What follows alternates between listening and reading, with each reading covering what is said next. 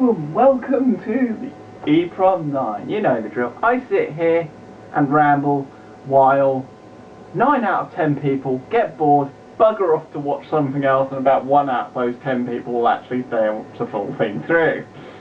Trust me, I will do an episode on my analytics. It's quite entertaining. Most people will be like, no, we must change it so the audience will retain. Nah. If people get bored and bugger off, that's up to them. It's completely optional. Now you may be noticing something awesome to my right. Yes, I'm sure you can pick it up. Shall we go and interact with it? This! Nah, I'm only kidding. This! Nah, I'm kidding again. It's just a manky old hairbrush. And now seriously, this.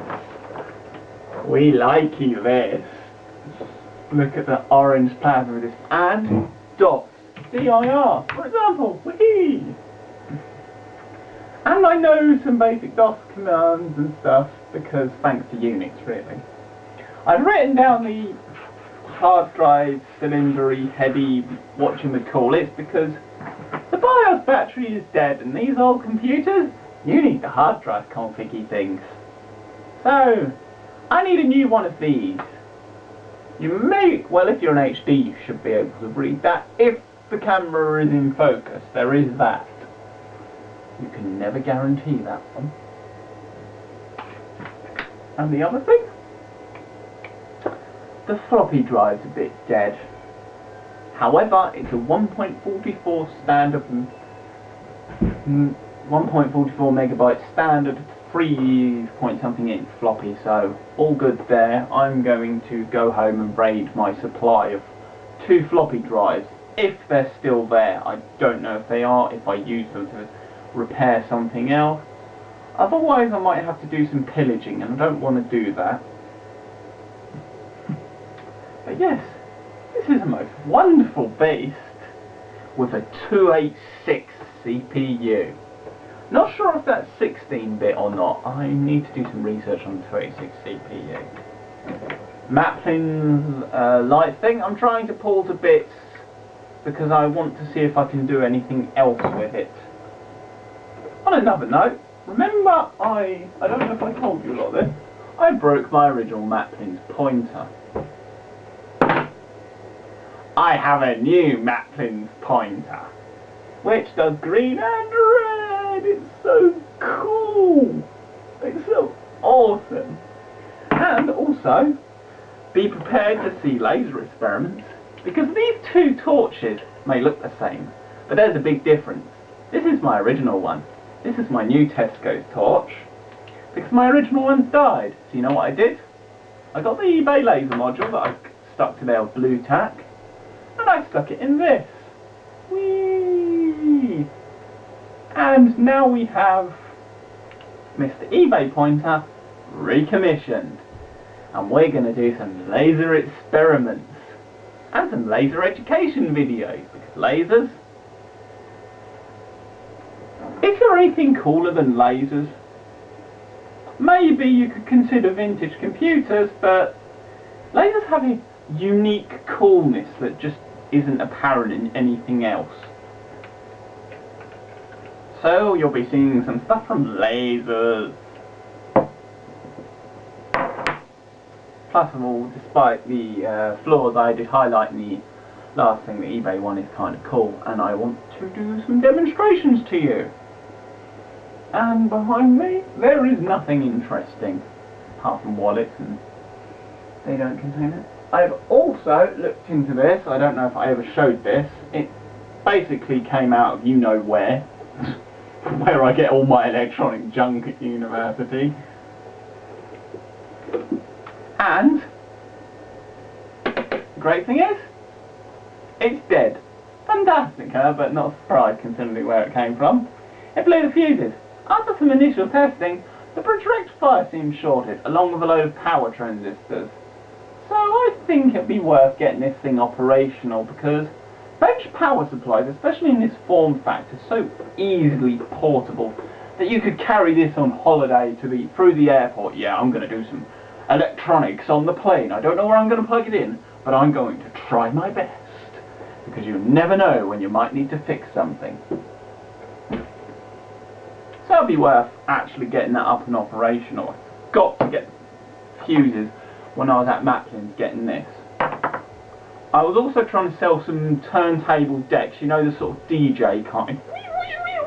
Yeah, properly. I think they're direct drive ones, I'm not entirely sure. One's in a bit shitty condition, one's actually in reasonable condition. I don't know if they work, but I took them downtown and I kid you not, they are as heavy. Well, one individual unit is as heavy as this. For those of you who don't know what one of these are, it's a server. An E-server from IBM. We'll go put it back over here. So imagine that, carrying two of those and a DVD across town. Turns out they're not interested in the decks because they're inundated with second-hand decks. And you need not only your ID, which is understandable when you're selling this kind of stuff, but also a bloody letter of an address you have lived in recently. Well, I had the ID because I keep my driver's license in my wallet for the occasions when people want to see ID. Perhaps you're buying tools at B&Q or something. So, what do? You have to lug them all the way back to the car. But while I was there, I did get a good few things. I got this, which is actually quite good. Not as good as Hoodlum Havoc, I haven't played much of it. Has terrible voice acting and animation, which adds to its amusement. Another copy of this, because my disc is pretty much fucked. And this, which looked of interest. Basically remakes of old arcade classics. It'd be interesting to see if they're good remakes or a pile of shit remakes. I also saw Deus Ex, but they couldn't find the disc, which was a disappointment because that game has a certainly extremely good reputation, which means it's a must play at some point when I can get a copy. And also, what else is there? Yeah, I said about the deck. If anyone's interested in the decks, I'll be putting them up on eBay, and if you want, just mention that, because I'm going to do a video on them anyway, so that you might want to link to them. I'll probably bang a link to them anyway. It'll be pick-up only, so you have to live in the sort of area surrounding the university, so your nominality of where my university is will disappear. Plus, the more observant of you who watch the channel will have picked up on clues here and there. And also there are people who just directly know. So either way, it's not massively amazing.